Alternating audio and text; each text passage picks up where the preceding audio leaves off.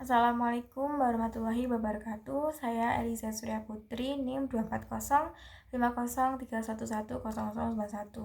Nah, pada video kali ini saya akan menjelaskan materi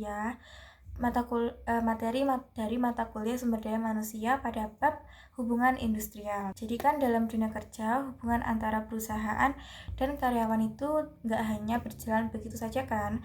Ada proses, aturan, dan nilai-nilai yang mengatur bagaimana keduanya saling berinteraksi. Nah, inilah yang kita kenal sebagai hubungan industrial.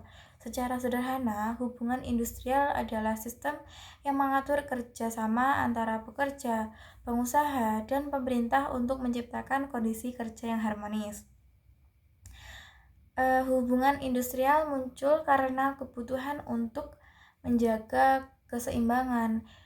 Lalu di satu sisi perusahaan membutuhkan karyawan yang produktif, sedangkan karyawan membutuhkan hak-hak yang terlindungi seperti upah layak, lingkungan kerja yang aman, dan kepastian kerja. Pemerintah hadir menjadi penengah yang menetapkan regulasi agar kedua pihak bisa menjalankan perannya dengan baik. Lalu ketiga unsur ini, pekerja, pengusaha, dan pemerintah menjadi pilar utama dalam hubungan industrial. Dalam praktiknya, hubungan industrial mencakup banyak hal penting.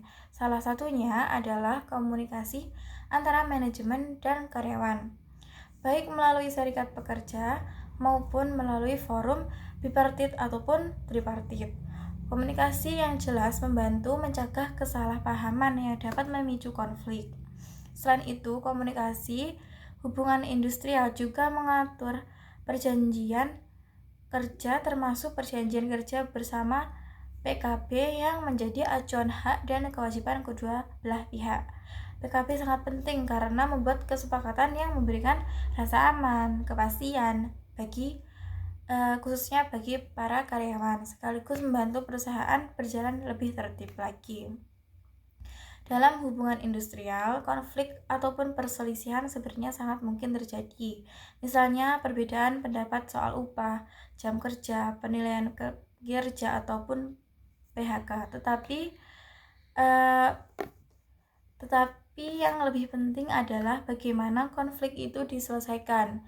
Karena itu, sistem hubungan industrial menyediakan mekanisme penyelisihan mulai dari perundingan bipartit, mediasi, konsiliasi, hingga arbitrase atau pengadilan hubungan industrial. Tujuannya adalah memastikan bahwa perselisihan dapat diselesaikan secara adil dan tanpa merugikan kedua belah pihak.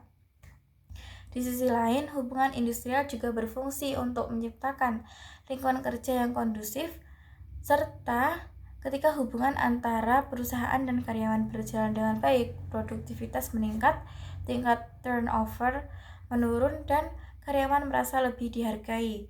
Disinilah peran manajemen SDM menjadi sangat penting, yaitu membangun hubungan kerja yang harmonis dengan cara menegakkan aturan, memberikan hak karyawan, dan menjaga komunikasi yang terbuka. Nah, dalam era modern saat ini, hubungan industrial juga menghadapi tantangan baru, seperti perubahan teknologi, sistem kerja jarak jauh, perbedaan generasi di tempat kerja, dan kebutuhan akan fleksibilitas menjadi faktor yang mempengaruhi dinamika hubungan antara perusahaan dan pekerja.